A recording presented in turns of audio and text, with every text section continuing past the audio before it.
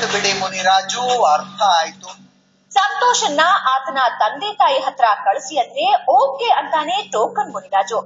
ಜಯೀಶ್ವರಾನಂದನ ಹೆಂಡತಿ ಮಕ್ಕಳಿಗೆ ಒಂದು ವ್ಯವಸ್ಥೆ ಆಗ್ಬೇಕು ಅಂದ್ರೆ ಅದಕ್ಕೂ ಹೂ ಅಂತಾನೆ. ಅದೆಲ್ಲ ಓಕೆ, ನಿಮಗ್ ಎಷ್ಟು ದುಡ್ಡು ಬೇಕು ಹೇಳಿ, ನಿತ್ಯಾನಂದನ ಹತ್ರ ಮಾತಾಡಿ ಸೆಟ್ಲ್ ಮಾಡಿಸ್ತೀನಿ ಅಂತಾನೆ. ಆ ಮಾತುಕತೆ ಆಯ್ತಾ? ಅದ್ರ ಬಗ್ಗೆ ಹೇಳ್ತೀವಿ ಒಂದು ಸಣ್ಣ ಬ್ರೇಕ್ ನಂತರ. ಅವ್ರಿಗೆ ಹೋಗ್ತಾರೆ, ವ್ಯವಸ್ಥೆ ಮಾಡಬೇಕು ಅಂತ ನಾನು ಹೇಳಿ, ಅದು ಯಾವ ಮಟ್ಟಕ್ಕೆ ವ್ಯವಸ್ಥೆ ಆಗುತ್ತೆ ನೋಡ್ಕೊಂಡು ನಿಮ್ಗೆ ಇಮಿಡಿಯೇಟ್ ಆಗಿ ನಾನು ಫೋನ್ ಮಾಡಿಸ್ತೀನಿ. ಕ್ಯಾಶ್ ಅಂದ್ರೆ ಕ್ಯಾಶ್ ಅಂತೆ, ಚೆಕ್ ಅಂದ್ರೆ ಚೆಕ್ ಅಂತೆ. ಮಧುರೈನಲ್ಲಿ ಕುಳಿತಿರೋ ನಿತ್ಯಾನಂದ ಬೆಂಗಳೂರಿನಲ್ಲಿ ಯಾರಾದ್ರೂ ಭಕ್ತರಿಗೆ ಹೇಳಿ ದುಡ್ಡು ತಲುಪಿಸ್ತಾನಂತೆ. ಅಷ್ಟಕ್ಕೆ ಮಾತುಕತೆ ಮುಗಿದಿತ್ತು. ಇಲ್ಲಿಂದ ಎದ್ದ ನಂತರ ಟೋಕನ್ ಮುನಿರಾಜು ಒಂದು ಇಂಪಾರ್ಟೆಂಟ್ ಮಾತು ಹೇಳ್ದ.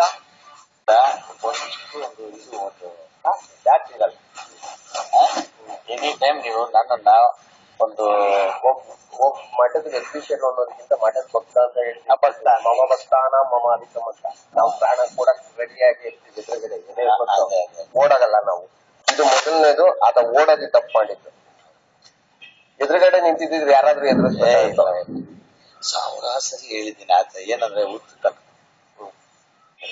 ಒಳ್ಳೆ ಪಾಠ ಕಲ್ತಿದ್ದಾನೆ. ಈಗ ಅದೇನೋ ಒಂದು ಇದು ಮಾಡೋಣ.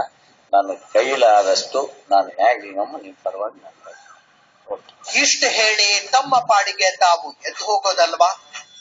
ಕಾಲಿಗೆ ಬಿದ್ದದ್ದೇ ಬಿದ್ದದ್ದು.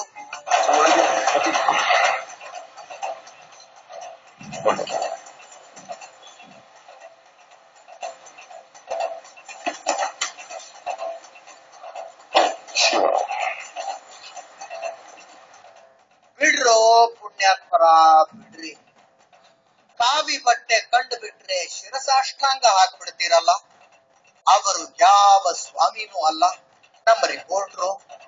ನೆಕ್ಸ್ಟ್ ಟೈಮ್ ಎಲೆಕ್ಷನ್ಗೆ ನಿಲ್ಲೋವಾಗ ಮಠಕ್ಕೆ ಬಂದು ಆಶೀರ್ವಾದ ತಗೊಂಡು ಹೋಗ್ತಾನಂತೆ ಎನ್ಆರ್ ಮೊಹಲ್ಲಾದ ನಂಜುಂಡ. ಯಾವ ಮಠಕ್ಕೆ ಬರ್ತಾನೋ ಏನೋ. ಮತ್ತೆ ಈ ಸ್ವಾಮಿಗಳ ಆಶೀರ್ವಾದ ತಗೋಬೇಕು ಅಂದ್ರೆ ಸುವರ್ಣ ನ್ಯೂಸ್ ಆಫೀಸಿಗೆ ಬರಬೇಕು.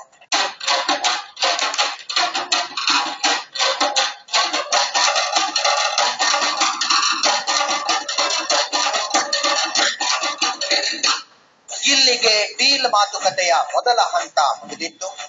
ಮತ್ತೆ ಋಷಿಕುಮಾರರನ್ನ ಕಾಂಟ್ಯಾಕ್ಟ್ ಮಾಡಿದ ಟೋಕನ್ ಮುನಿರಾಜು ಮಾತುಕತೆ ಮುಗಿಯೋ ತನಕ ಇವರು ನಿತ್ಯಾನಂದನ ವಿರುದ್ಧ ಒಂದೇ ಒಂದು ಶಬ್ದ ಮಾತಾಡಬಾರದು ಅನ್ನೋ ಕಂಡೀಷನ್ ಹಾಕದ.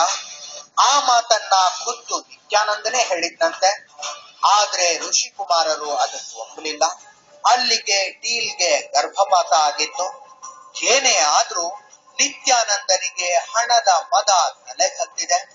ದುಡ್ಡು ಕೊಟ್ಟು ಯಾರನ್ನು ಬೇಕಾದ್ರೂ ಖರೀದಿಸಿ ಬಿಡಬಲ್ಲೆ ಅನ್ನೋ ಸೊಕ್ಕು ಬಂದಿದೆ ಅನ್ನೋ ಮಾತಿಗೆ ಸಾಕ್ಷಿ ಸಿಕ್ಕಂತಾಗಿತ್ತು. ಕಣ್ಣಾರೆ ನೋಡಿದ್ರಲ್ಲ, ತನ್ನ ವಿರುದ್ಧ ನಿಂತ್ಕೊಂಡವರನ್ನ ಖರೀದಿ ಮಾಡೋದಕ್ಕೆ ನಿತ್ಯಾನಂದ ಏನೇನು ಪ್ಲಾನ್ ಮಾಡ್ತಾನೆ ಅನ್ನೋದನ್ನ.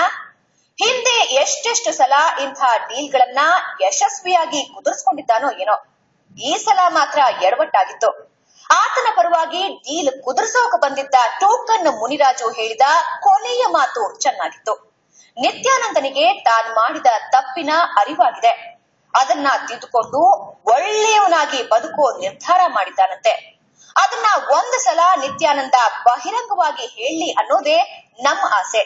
ಇದು ಈ ಹೊತ್ತಿನ ವಿಶೇಷ. ನೇರ, ದಿಟ್ಟ, ನಿರಂತರ ಸುದ್ದಿಗಾಗಿ ನೋಡ್ತಾ ಇರಿ ಸುವರ್ಣ ನ್ಯೂಸ್.